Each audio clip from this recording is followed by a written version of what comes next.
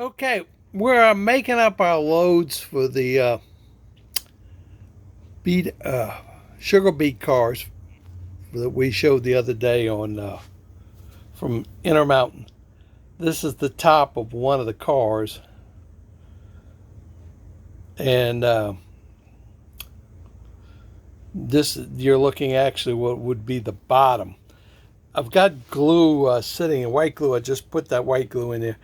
I used plastic glue. That's a piece of styrene. I cut the styrene out of a piece I had. I got plenty styrene.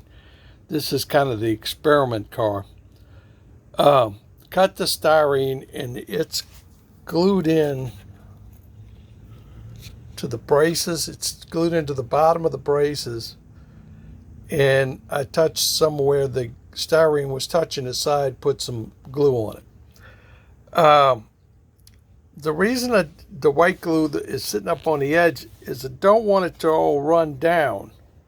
So I'm going to leave it there like that and let it set up and dry on that edge. Then I'll flip it over and get the other edge.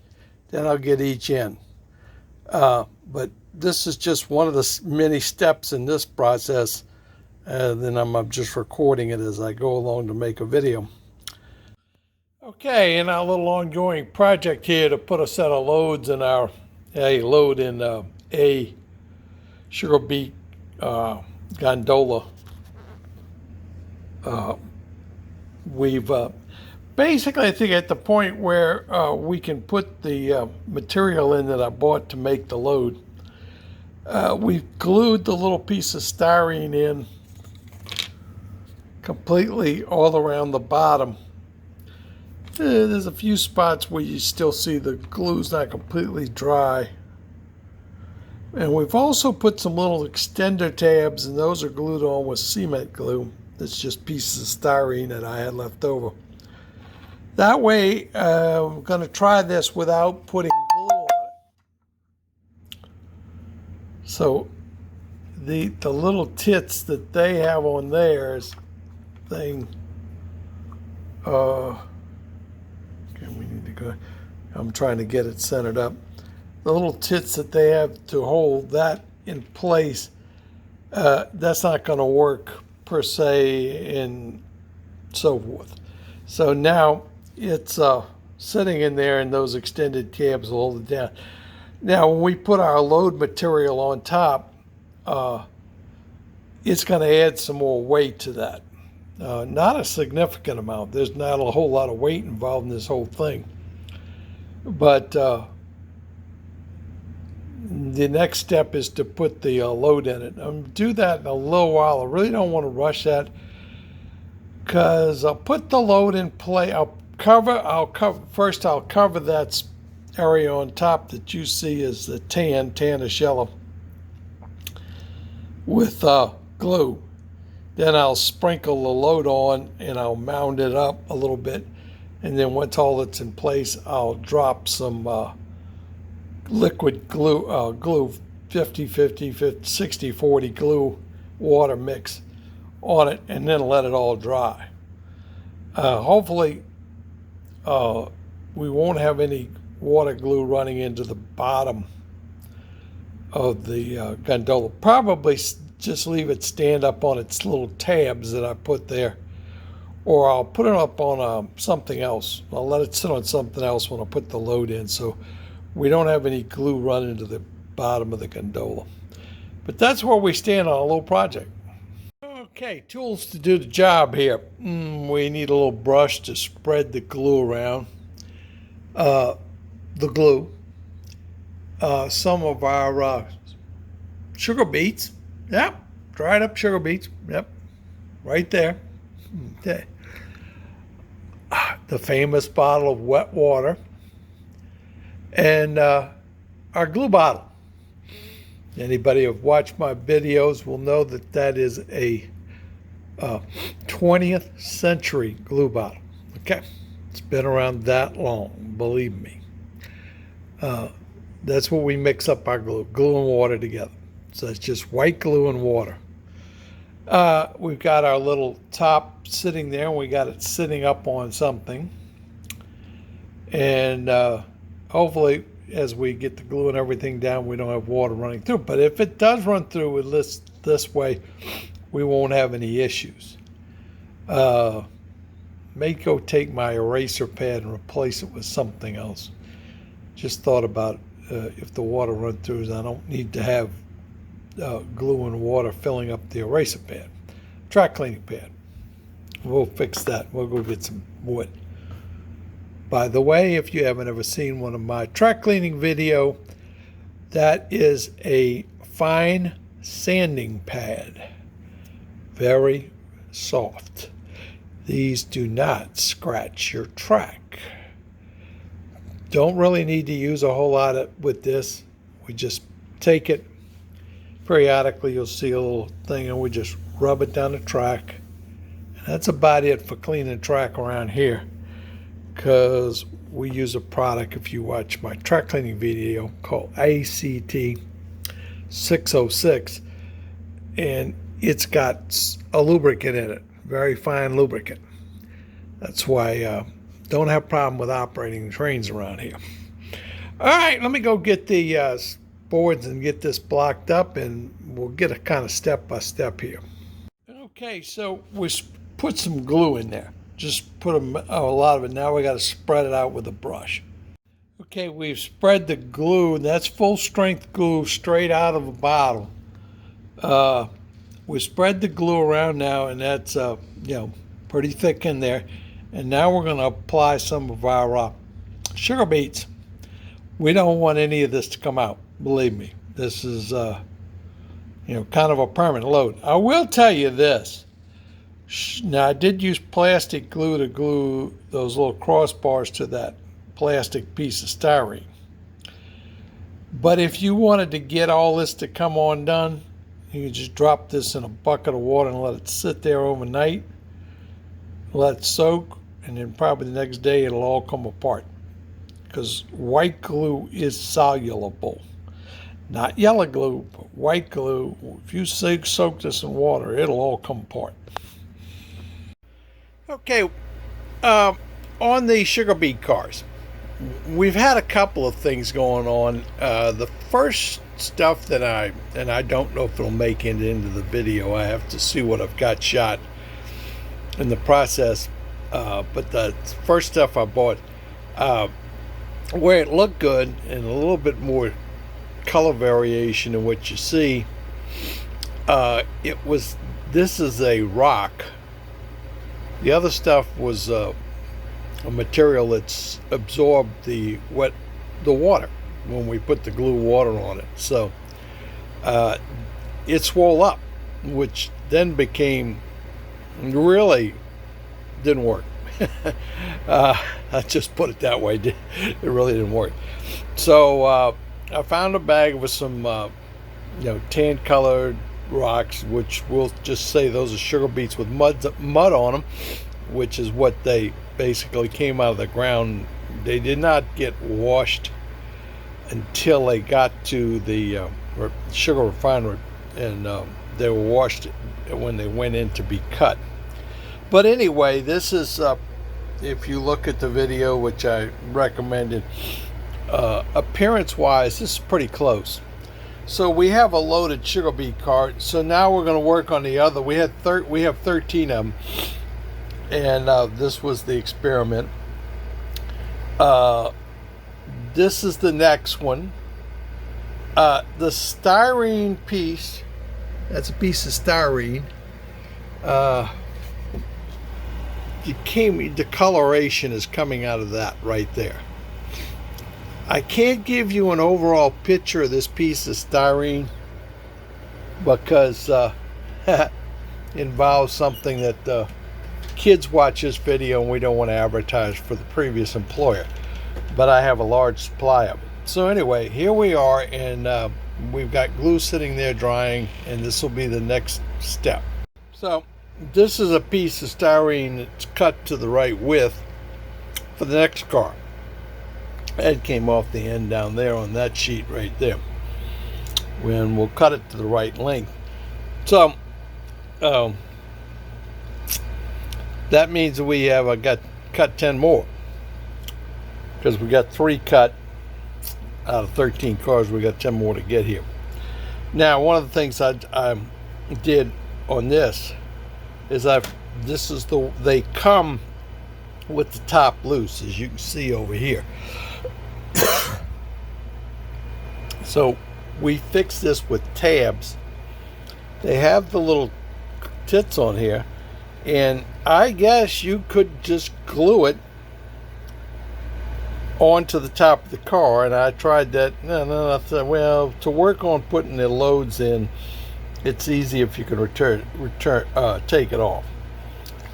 Somebody may want to take the loads out. I don't know what'll happen down the road, but anyway, because that's all put in there with white glue, so technically you could just sink that in white water and eventually you get all the glue off and all the material. And well, I did glue the plastic styrene in with the tester cement glue, particularly across the bars right there. And I put a touch on each one of the braces, which I'm sure you could pop loose with not any very much difficult. But this is where we are. We're over here at the workbench with the rest of the cars. The car you see has a resistors. I had a couple of wheels, so I just swapped them out. Resistor on a wheel, so that when we run them in the operating thing, and I've kind of figured out how I'm gonna do it. So we got to take those cars out the box. A couple things I need to do to them. Little spots I have learned with Intermountain cars to put a little glue on, where the trip brake lever hooks on the coupler.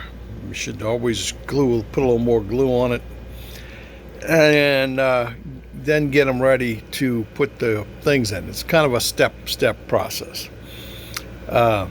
Once we get them all finished, then we'll take them and put them. Gonna have to create a sugar beet plant.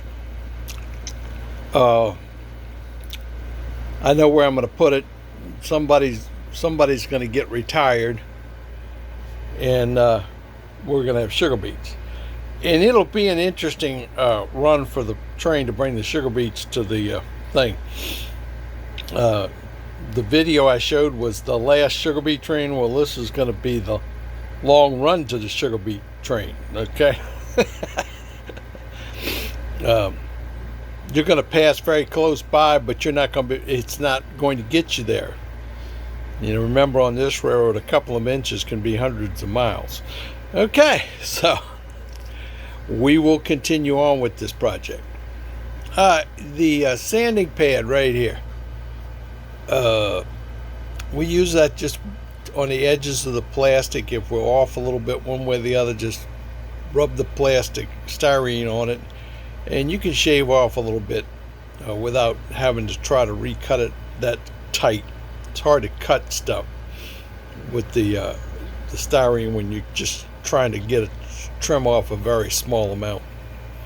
But anyway, we keep plugging away, and I don't want to get into advertising here for a product not suitable for kids, so we won't show the whole sign.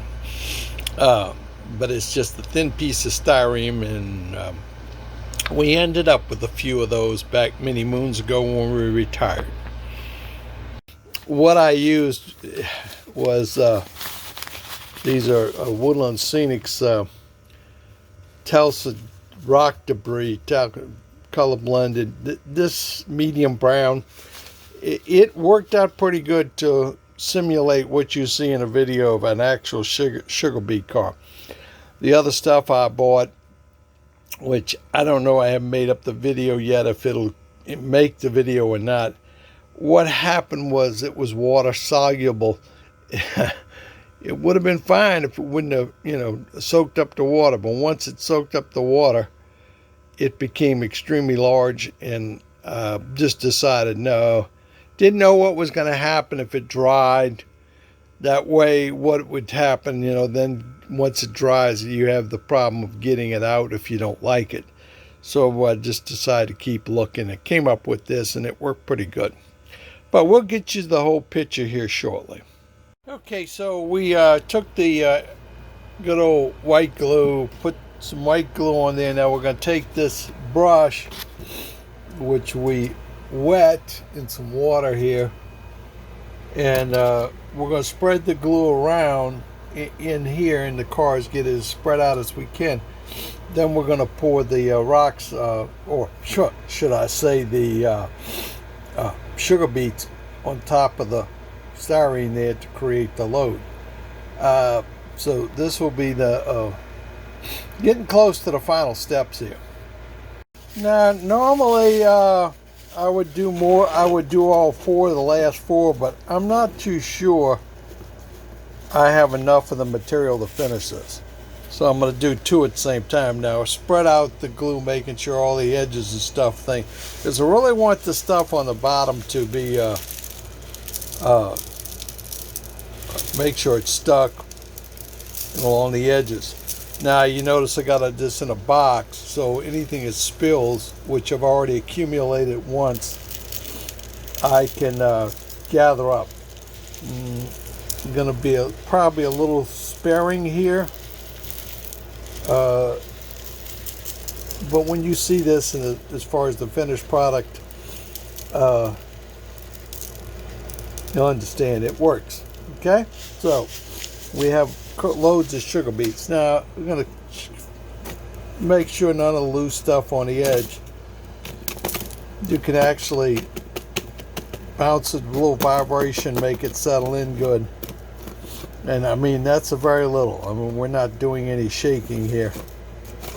And it's not critical that every piece be exactly right at this point or later either.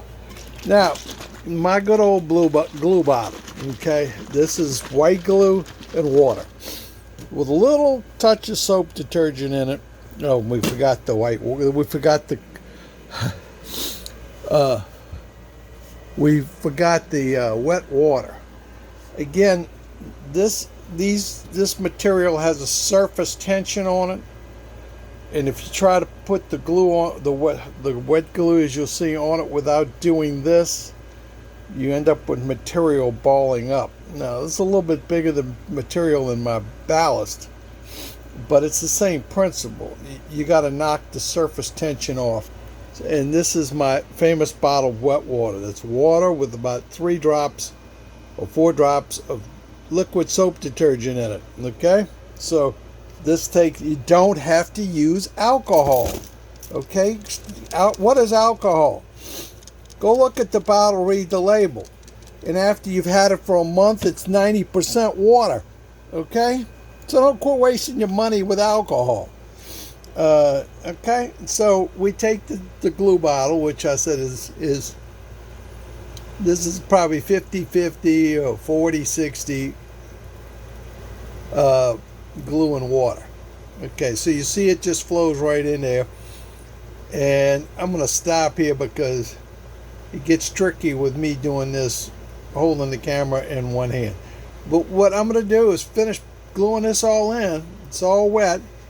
Now, because the water's wetting the surface on the top, what happens is the glue in the bottom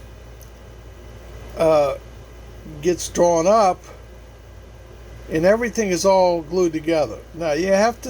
This has to sit overnight. This is just before noon in the day, but I won't touch these again till tomorrow. I mean, I'll move them out of this box because I got 2 more to do. And gather up the stones that are left over, because I'm going to need every one of them. But this is basically getting to the point where main thing here now is dry. Yeah, we got something in there. That's a bad sugar beet there. That one will have to go in the when they get to the plant, they'll throw that one away. Okay, anyway, so that's the loads, and again, minimize the amount of effect and weight in cars and so forth. All right, Well, here's the basically finished product. The sugar beet train. We've got. We'll just overlook the southern engine here. The SP 40 T2 there, prototypical for this train, but I don't think the southern engine ever made it out that far. Anyway, so this is the finished product on the cars. We've got them in the system. We're going to have to build a sugar beet processing plant. As I said in I think may have mentioned in a video, the Swift meat packing plant at Golden is going out of business, so it's a good location for the new sugar beet plant, since actually out in that area of Colorado, they still grow sugar beets. The plant at Longmont is closed, but there are several other processing plants out in the Midwest that still process sugar beets. So our sugar beet train moves on. We've got a home for the cars to run the train, and we'll do a follow-up on it when we get the plant built, or the location, and how the train will operate. It's going to come out of the West Junction yard, and then it's going to travel all the way over to Golden, where the plant will be,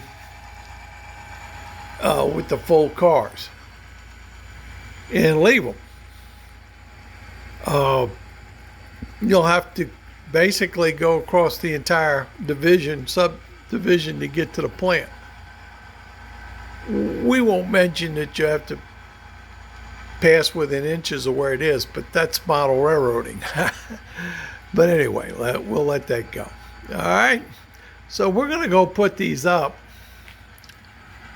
and park them in their space.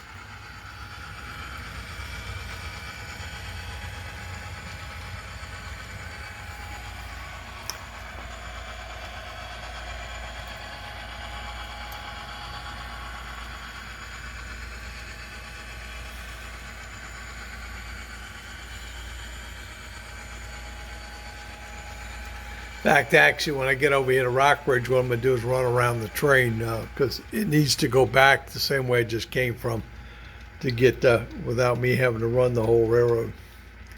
But we'll put a conclusion on this as far as the getting the cars, fixing them up, and putting the loads in them. And so now we got something else for somebody to keep busy with today. Now, you may say, well, how do we justify all this? But you have to remember the story here.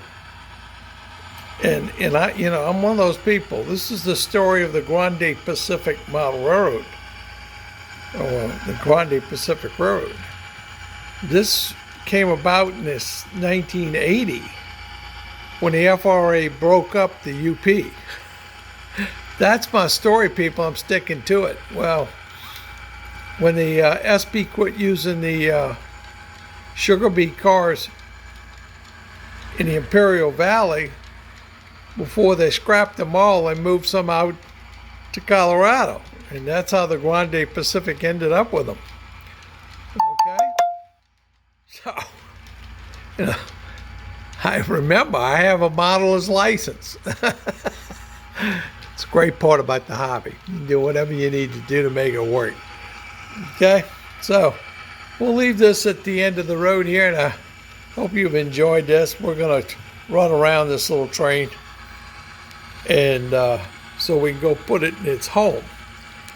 And its home actually goes right, see where it says Junction Track 4, well, Junction Track 5, which hadn't been labeled, will be its home. And we'll go from there.